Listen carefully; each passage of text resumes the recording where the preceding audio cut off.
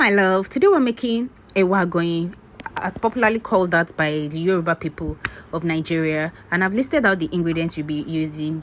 We have ero or locust beans, we have smoked fish, we have pepper, dry pepper, and pepper seeds. The main ingredients for this Ewa Agoyin is in the pepper, and you only use either pepper seeds alone or pepper seeds and dry pepper.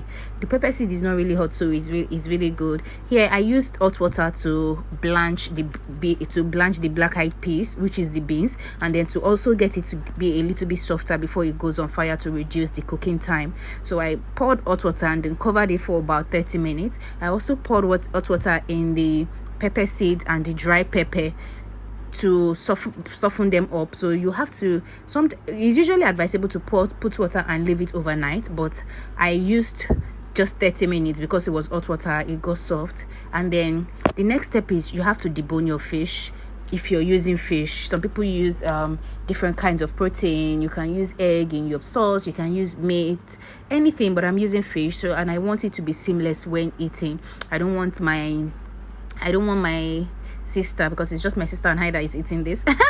I don't want her to choke on the bone, and then also it makes it seamless for your guests. It makes it easier to go down, easier to enjoy. I'm dicing the onion here. This onion is to go into the cooking of the beans. I used 2 big onions for this, so you can see the color that the water brought out. So you have to wash it very well before putting it back on fire, and then adding a little bit of salt. That's it. You don't need any other seasoning for the beans or the black-eyed peas like it's called. Just salt and you're good to go.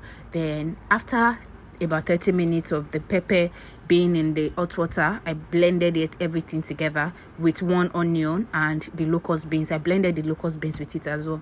Have you ever tried this style where you put your pot on fire and let it to be very hot, and then you just put your oil that you bought from the market from the inside the nylon? The heat from the fire just melts the nylon, and then the oil is released into the pot. So that's very easy. After the oil, you add in your pepper. Mind you, my beans is already cooking on the other cooker, so beans and salt is already cooking for about an hour. And here I'm making my sauce, and just add in your salt and your seasoning cube.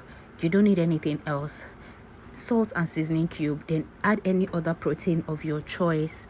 The main trick of this food is in this sauce. My God, if you could smell how the whole house was smelling, if you could just perceive the smell, it was so lovely. Before the food was done, my throat was already my throat was already fake, longer throat was worrying me. I was like, let this food be done. And this was my first time, because of course this is navigating life with Yinka. We're going to be experimenting, doing things together for the very first time.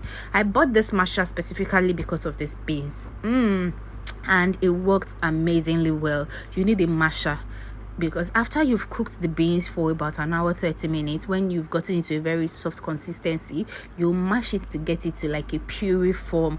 That is the trick of it. And I realized that I probably left it for longer while I was attending to the sauce, so the water was a bit dry. I had to add in small water just to get it to be a bit moist. So mash it properly. Mash it. Don't be shy with your mashing. Don't worry. The more puree, the better. That's the sweetness of it. So you mash the beans very well, and when your sauce is ready, you're good to go. I mean, this is a very simple dish that it just elevated my cooking. Like it gave me a boost. It gave me a self-confidence because it tasted really good.